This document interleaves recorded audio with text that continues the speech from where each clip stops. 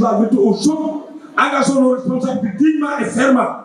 Loolu moo gën a wóor moo tax c'est la raison pour laquelle li ci des nag Sénégal a aaye waaye Thiès a ko moomee Sénégal a aaye mais Thiès a moom ku xam Thiès jéeri joom de la maa ngi nii en face bu rey tubaab bi Samba Law bay ngi fii ci biir ci gaaru Ndar bi ak keneen dama bëgg ni nañ doon bañ démb moom lañ bañ tey Sénégal fi ne Thiès fi ne Thiès lañ gëm amul benn Thiès boo xam ne da ragal wala mu daw maa ngi woo nag samay xarit samay kilifa samay àndandoo muy le président Idrissa Seck sa place est avec nous le ministre d'État Abdoulaye Diop ministre des finances économie de finance et de plan nous le réclamons notre droit venir travailler avec nous Cheikh Hadjibou Soumaré ñi nga lay woo foo mën a nekk ñoo jàppale parce que réew lañu bokk doon bu leen fa ngeen dem di croiser le bras wala liggéey la ñeneen réew mi da leen soxla Diomaye da leen soxla daa soxla Idrissa Seck ci kanamam soxla Abdoulaye Diop ci ginnaawam soxla Hadjibou Soumaré ci côté soxla Pape Diop ci kanamam ci ñooñu lay wax parce que xam nañu man xam nañu képp ku ci mën a jël dërëm teg solo Abdoulaye Fall ma wax ko mais dama gëm ni réew mi leen tax a jóg bu ñu lànk nañu bañ nañu ñëw liggéey réew mi bu leen kenn menacé bu seen responsable bu leen kenn menacé ku leen saaga doomu bàyyi la saaga ku saaga bàyyi jàmm sa bàyyi nga saaga kon na leer bu leen ragal ay saaga réew mi gën saaga bu ñu doon saaga suba ba démb bu suba dañ defar réew mi dañ defar réew mi Idrissa Seck monsieur le président je vous demande poliment et bellement venez travailler avec nous le ministre d'État Abdoulaye Diop l'homme de ferme l'homme de dignité l'homme de cadre l'homme de finance ñi ngi lay woo nga ñëw liggéey ak ñoom Hadjibou Soumaré la ngay dem di ko liggéey yeneen réew yi xam na Côte d'Ivoire te bu réussir kam aw man xam naa yoo xam na kon ñi ngi lay woo nga ñëw jàpp ci du dàqul ma Samba dàqul ma daal sama xarit nag mon ami et mon grand frère Papa Diop que je vous garde au-delà de la paix maa ngi gërëm ñëpp honorable le jeune mënuma damay yaa Batsi yéen ñi ànd ñëpp su ma la tuddee tudd naa Batsi tudd naa kenn ak keneen gis naa ni jàmm am gis naa ni liggéey bi ngay liggéey ci semaine bii yombul am na ñu ko fi wax am na lu xew tey nag Sénégal yëpp ñu ko dégg kan moom sa def discours politique fekk un arabe muy wax un arabe mu wax jël kàddu wax lu rafet bu subaa dañuy toppandoo nag parce que lu ñu def waaye journaliste yi nga xam ñu ngi fii tam aussi nekk pour leur porte-parole di defar seen image mon image c'est ma beauté nañu xam ni bu subaa su ko fi def keneen dañ la porte plainte keneen moom keneen ko wax ci àndale keneen ko wax ci àndale dafa ñuul dafa lekk ñu nangu fu ñu demati doolaay dañuy wax saraxule dañuy wax mankañ dañuy wax olof dañuy wax séeréer dañuy wax lépp dañuy wax parce que loolu mooy réew bu olof bu français am na leneen réew yi jox na ko lépp ñu làkk français kon maa ngi koy gërëm al amin que le tout puissant soit votre sentinelle en tout temps en tout lieu et en toutes circonstances je vous remercie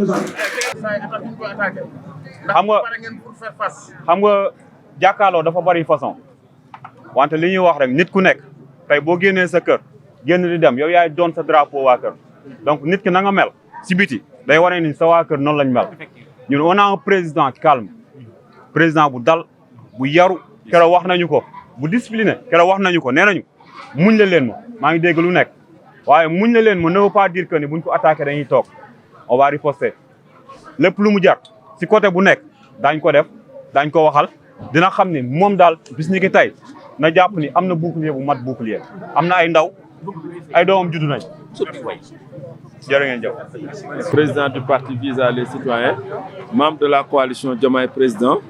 Et donc, voilà, nous sommes là aujourd'hui,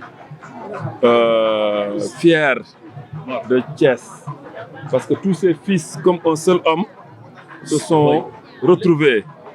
C'est la synergie des énergies positives dont Thiès a toujours fait montre. Thiès est conscient de la mission que le président de la République, son Excellence Bassirou Diomaye Diakhar Faye, l'a investi. Parce que Thiès a été le mandataire de Bassirou Diomaye Diakhar Faye. Thiès a donné la fiche 111 au président de la République. Thiès a donné la coalition Diomaye Président au président de la République. Thiès, à travers un jeune qui s'est battu des années durant, n'est-ce pas? Donc pour aujourd'hui être élevé au rang de point focal des jeunes. Nous avons eu, n'est-ce pas, l'insigne honneur d'être facilitateur de cette mission qui a duré des heures. Nous revenons de Dakar comme ça, comme des soldats qui étaient partis soulever le drapeau de Thiès.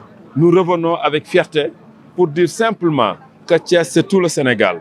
Et que Thiès s'est mobilisé, comme l'a dit la coordonnatrice des femmes.